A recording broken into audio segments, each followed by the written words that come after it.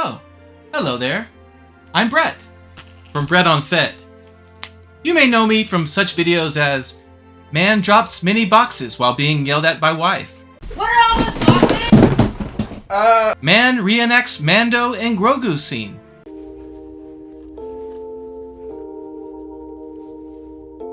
Man gets caught by wife while playing with action figures. Brett. What? Knock on my door! Knock next time! Okay. Did you see anything? No, I didn't see you playing with your dolls again. Good. And man gets hit in face by giant ball.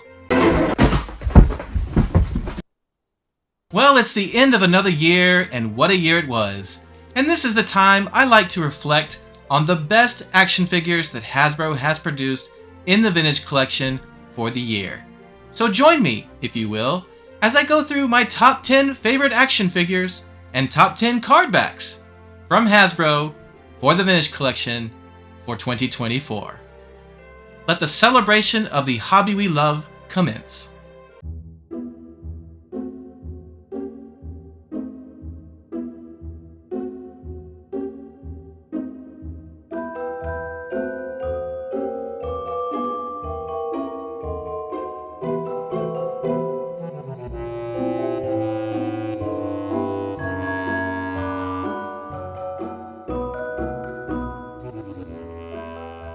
Welcome back to the channel. This is episode 109 of Brett on Fett. And before we get started with my top 10 action figures and top 10 cardbacks for the Vintage Collection, I would like to acknowledge a couple of recent announcements from Hasbro that really has me excited. Starting with the reveal of an all-new 3-pack, based on the reveal of the classic novel by Timothy Zahn known as Heir to the Empire. This 3-pack has me particularly excited because I love this novel. I grew up with this novel. It reintroduced us to Star Wars when we had no Star Wars. It makes fantastic use of previous parts with the figures such as Captain Paleon and of course the glorious Grand Admiral Thrawn. And it also delivers an entirely new figure with Joruus C'baoth. And not long after that exciting announcement of the Heir to the Empire 3-pack, Hasbro revealed yet another 3-pack, this being the Journey of Anakin Skywalker. This special action figure set features a Clone Wars era Anakin inspired by the Tartakovsky Clone Wars, a Revenge of the Sith Dark Side Anakin, aka Darth Vader, and a Darth Vader version of Anakin from Emperor's Wrath, where he is being lit up by the Emperor's lightning. This is an amazing collection, something a lot of Vintage Collection fans have been waiting for, and was a pleasant surprise to have all three of these versions in one set for us to collect. Cheers, Hasbro, and keep these exciting releases coming. So let's get started with this celebration of 2024 by counting down my top 10 favorite cardbacks from the Vintage Collection. And just a few ground rules to cover. First off, it cannot be a reissued cardback from a previous wave. It has to be an all-new cardback for 2024. Second rule is it doesn't matter if it's a repacked figure or reissued figure as long as it's a new cardback. And third rule, and this is a new one for Brett on Fett, is I'm not going to include any cardbacks that were done in previous lines, namely the original Kenner line. So all of these cardbacks in my top 10 are going to be brand new cardbacks for Star Wars figures. And with that said, let's begin. Alright, so I always like to kick these things off with an honorable mention to cover the ones that just barely didn't make the cut for my top 10. And for best cardbacks of 2024, I'm giving that honorable mention to Count Dooku, or Count Dooku, as my friend John, Action Figure Grader on YouTube, likes to pronounce it. And then finally, Count Dooku, Dooku. Brett? But this is a figure we had waited for so long in TVC, and they did not disappoint with this cardback. Great image of him using the Force Lightning. Really don't think they could have done a better job at picking a shot of him from Attack of the Clones. It is VC307, and again, great cardback, just barely didn't make my top 10. So, kicking things off for my top 10, at number 10, I picked Ahsoka Tano Peridia. This, of course, is from the Ahsoka series. What an awesome little action pose there for Ahsoka. The picture is super crispy clear.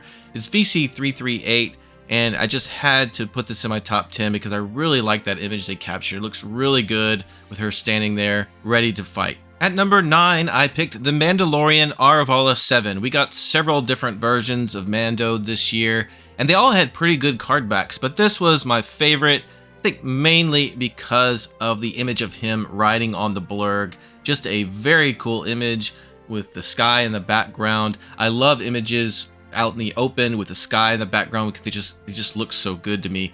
VC335, again, great image. That was a great set, by the way, with that Mando and that blurg, and really enjoyed this card back. At number 8, I picked Bo-Katan Kryze from Plazer 15, another one from the Mandalorian show. Now, this is a really cool image. Now, typically, I don't like the darker images on the card backs, but this one works because of the darksaber lighting up her helmet. Such a cool pose and image. This is VC339, and I really like the lime green. It really pops with that darker image, so I think they did a great job with this card back. Coming in at number 7, I picked Kanan Jarus, of course, on the Rebels card. This was just a really cool image to me. I thought they did a great job picking that still. I love how fantastically bright his lightsaber is in this image. And I love the colors in the background behind him with those purples and kind of reds and pinks. It just really works for me. This is VC318. And they always do a good job picking the background colors for the name pill, and so the green really is a nice offset to the purples and reds there. So overall, it's just a card back that's very pleasing to the eye. At number 6, I chose Clone Commander Rex Braca Mission from the Bad Batch. Still amazes me that Hasbro continues to put out Bad Batch figures that are not the Bad Batch.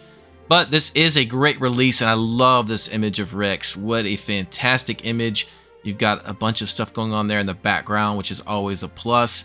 This is VC317. Really loving the blues they typically use with Rex, and it works really nicely here. Just a great, great image. Love this card back. At number 5, I picked the Jetpack Trooper from Jedi Survivor. Now for this figure, I ordered 2, but the one that I meant to keep on card has actually not come in yet. I opened the first one because it had some damage on it, so I'm gonna have to show y'all some images, but just a really good card back. It's so cool. I love the lighting used in the back of this trooper, and it's just really fantastic. It is VC336. Coming in at number 4, I picked Phase 1 Clone Trooper from Attack of the Clones. Another fantastic image used. This is an iconic scene where really we were first introduced to the clone troopers as an army, and you really got that feel that, oh, this is the start of what's to be the Empire. It became very obvious at that scene, and I love the lighting on it again.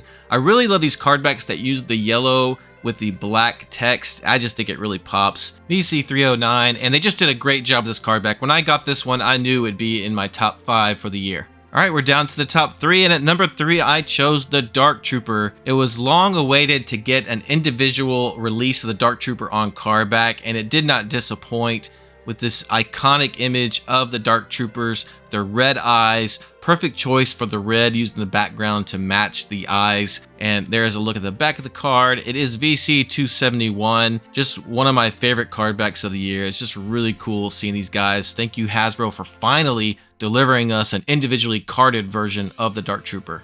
At number 2, I chose Ahsoka Tano Siege of Mandalore.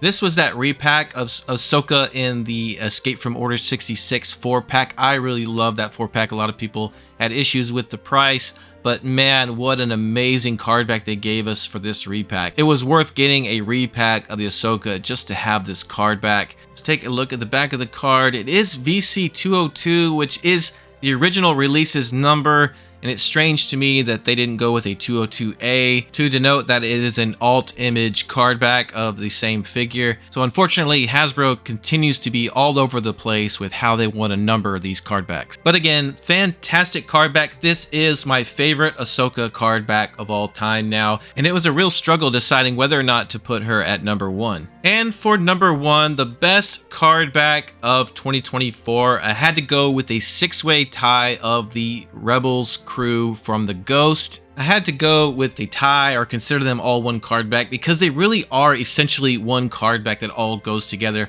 They're from the same mural. And so I brought out Sabine since I have Sabine and Chopper already. My ghost has not yet arrived, by the way, and so I don't have those other 4 figures to show you, but this is a good enough example, and I love the backs of these cards where you have the whole family there from the mural. It is VC332, and that's a whole other thing that we're going to have 2 VC numbered figures from these 6, and the other 4 are going to be HAS numbers, I believe, for the HasLab. But that's the way it goes when you have mixed releases like this.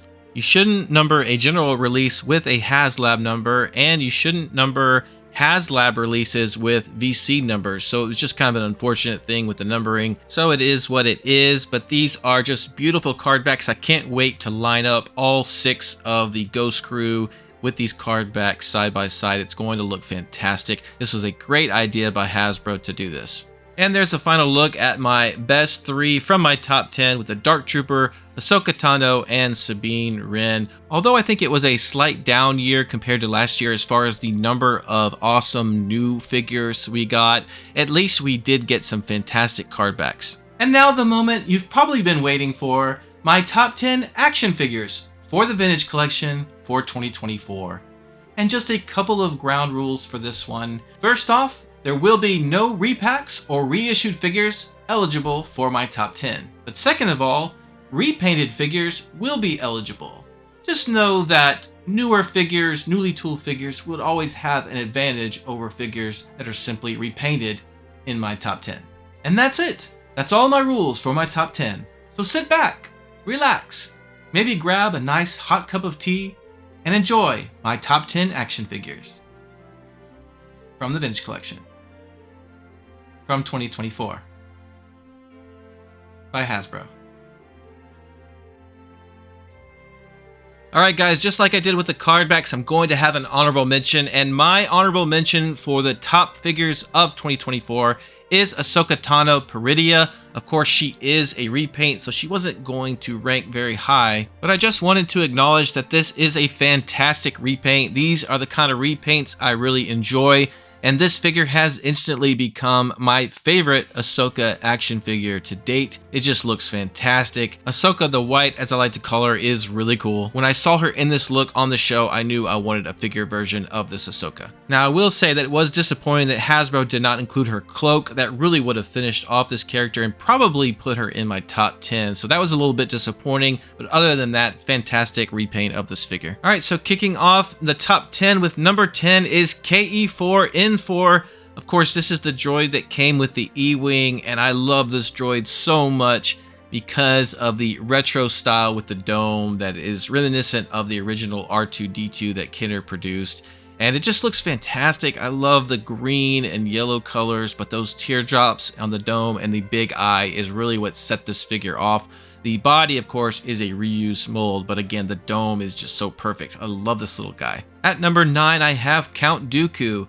Of course, this is the figure that we waited so long for Hasbro to give us. They finally delivered, and he looks great. The likeness of Christopher Lee is on point, and it's a good sculpt. My only minor complaint is his cape. It just seems like a piece of fabric wrapped around his back rather than a cape, and I honestly don't know what Hasbro could have done to make that better. I don't know how that works, but it's just something that bothered me slightly, and maybe just enough to knock him down a few pegs in my top 10. But he is a really, really good figure and one we needed very badly in the Vintage Collection. At number 8, here's one that most people probably won't have in their top 10. It's the Streethawk Captain. I honestly don't even know if that's his official name. They don't give us the names. He came in that pack of Streethawk Mandalorians, so I just called him a captain because he's obviously a ranking member of that group. But I just think this guy looks awesome. I know people are getting Mando'd out, but I just thought this was a great release. It really surprised me how much I enjoyed this one. I just love how this guy looks. Now, normally I would prefer a cloth goods comma, but I think the molded comma works for this guy just fine. He comes with a long dagger and a blaster rifle, and I just think he looks awesome. This was just a surprising release for me. I loved all 4 of the Streethawk Mandos that came in that pack, but this guy is the best of the 4, so I had to get him in my top 10. At number 7, I have Princess Leia Organa from A New Hope. We waited so long to get this classic version of Leia in TVC, and Hasbro did a fantastic job. I just think she looks great. I love the mold of her dress. I think it works. I think cloth goods would have been very tricky to make it work. Maybe if they could have done a combination, but I just really think this looks better. And I love the way it's got the hood that can pop off. So if you want to pose her without her hood, then you can do that. So that was a great option. I don't think the face sculpt is spot on with Carrie Fisher's likeness, but it's still the best face sculpt we've ever gotten in 3 3/4 scale for Leia, and I still think it looks really good. It does not bother me at all. And I think the only reason she's not higher on my list is because she's not very posable. With that molded, slender dress, you just can't make use of any articulation with the legs, and so you're a little bit limited there. So it's one of those catch-22 situations of form versus function, and I think in this case, form is more important for this version of Leia. At number 6, I have Jango Fett. Of course, we've been needing an updated version of Jango Fett for a while, and there was the controversy of Hasbro finally giving him to us in a deluxe box and not putting him on a card when he clearly could have fit on a regular card back. But that aside, the figure looks fantastic. I love the paint apps on this version of Jango. His helmet is on point and swappable. He really looks good. The only minor issues with this figure is his holsters are oversized or way too bulky, and he is a little bit top heavy. He can be very tricky to pose without falling backwards due to the weight of his jetpack, and I'm not sure what's going on there because it seems to be more prevalent than with other Mandalorian figures. But the overall look of this figure overcomes those two shortcomings. At number 5, I have Captain Enoch. Captain Enoch, of course, came with that pack of Night Troopers, and we all know he never should have been included in that pack. He should have been individually released on a card back. But that being said, he is fantastic. He looks awesome. I think Hasbro did a fantastic job with this figure. I love the golds. They did not skimp out on the use of that gold paint, and I like the mold of his comma. Everything about this figure looks really good. That was such a good pack. I just wish they hadn't included him in it because I wanted more of the Night Troopers and bought a couple of packs and ended up with 2 loose Enochs, and I had no use for 2 Enochs because obviously he is a unique character. I actually ended up giving away the other one on my channel. So I'm really hoping Hasbro chooses to re-release him on his own card back because he is a fantastic figure that deserves his own release. At number 4, yet another figure that we waited so long to get, and that is Cobb Vanth. This is from The Mandalorian, and he looks fantastic. I love the head sculpt. The likeness of the actor is fantastic. I love the weathering on the Boba Fett armor and his helmet. Jetpack looks great, and he comes with his pistol and his rifle, and I just thought it turned out really well. Of course, the head is swappable, and he looks good with both his head and the Boba Fett helmet on. Although his chest armor can be removed, it's kind of pointless because the tubing that runs from his gauntlet to the back of the armor can't be removed off his arms, and so it looks really bad. Plus, you can't remove his gauntlets from the arms anyways, so I don't advise anybody taking the armor off. It just doesn't work. But since there is that mold of his shirt under that armor there, that does mean to me that Hasbro will be giving us a regular version of the Marshal in the future, and that's something we definitely need. Alright, now things are really stepping up with the top 3, and at number 3 I have Kanan Jarus from the Rebels on that Rebels card back. This is an all new figure and he is fantastic. I love this figure. He is pretty much a perfect version of Kanan Jarus in my opinion. They did a fantastic job. I only wish I could get the blind version of him from the HasLab in a regular release because I will not be opening that carded version. But he has all new articulation. I just love the way he looks. I love the paint apps on his shoulder armor there and the emblem. And this guy is just a blast to pose. I'm not going to get into all the poses here. You can go watch my Kanan Jarus review video. I'm sure Toys of the Way on YouTube also has some fantastic poses you can do with this guy. But it's just a really fun and great figure to have. And it's a great example of what Hasbro can do when they use all new tooling. At number 2, I have the Rebels version of Sabine Ren, and this could have easily been my number 1 figure. It was a toss-up between her and my number 1. I love this figure so much. The paint apps are ridiculous on Sabine. She looks fantastic. There are paint apps everywhere on this. Very vibrant colors. So many patterns and emblems representative of Sabine, who is an artist. And I really love that Morai emblem on her pauldron. The head sculpt and hair is fantastic, but what's maybe more important is that they fixed her helmet size and made it swappable, and it looks great. I love the way this Sabine looks with the helmet. It gave her the articulated rangefinder, and I really was floored when I got this version of Sabine in hand. I just can't see Hasbro doing a better job on this figure. It's so fantastic. This easily could have been my number one. But ultimately, I decided to give the top figure of 2024 to Zeb Aurelios. What an amazing job Hasbro did on Zeb. Of course, he was a deluxe figure, even though we know he could fit on a card back, but that's okay. I do consider this a deluxe figure as far as the size and the accessories he comes with and the detail and the articulation. He's got ball hinge joints at his ankles. That was awesome. I really was surprised at how posable this large bulky figure ended up being. The face sculpt is on point. I love the vibrant paint apps. I love the accessories that came with Zeb. This is a fantastic figure, and I had to give him the number one spot for TBC in 2024. So here's a final look at the best 3 of my top 10, which all happen to be from the Rebels, Ghost Crew, Kanan, Sabine, and Zeb. And I could really see any one of these 3 being on someone else's list as the number one choice. They are all 3 excellent figures and really shows what Hasbro can do when they put in a little more budget into their figures. So that will complete this episode of Brett on Fett, and perhaps the last episode of 2024. Thank you so much for watching this video, and as always, thank you to my wonderful subscribers. I bid you a fantastic holiday season and a safe and happy new year. Take care, and I will see you next time. My top 10 action figures.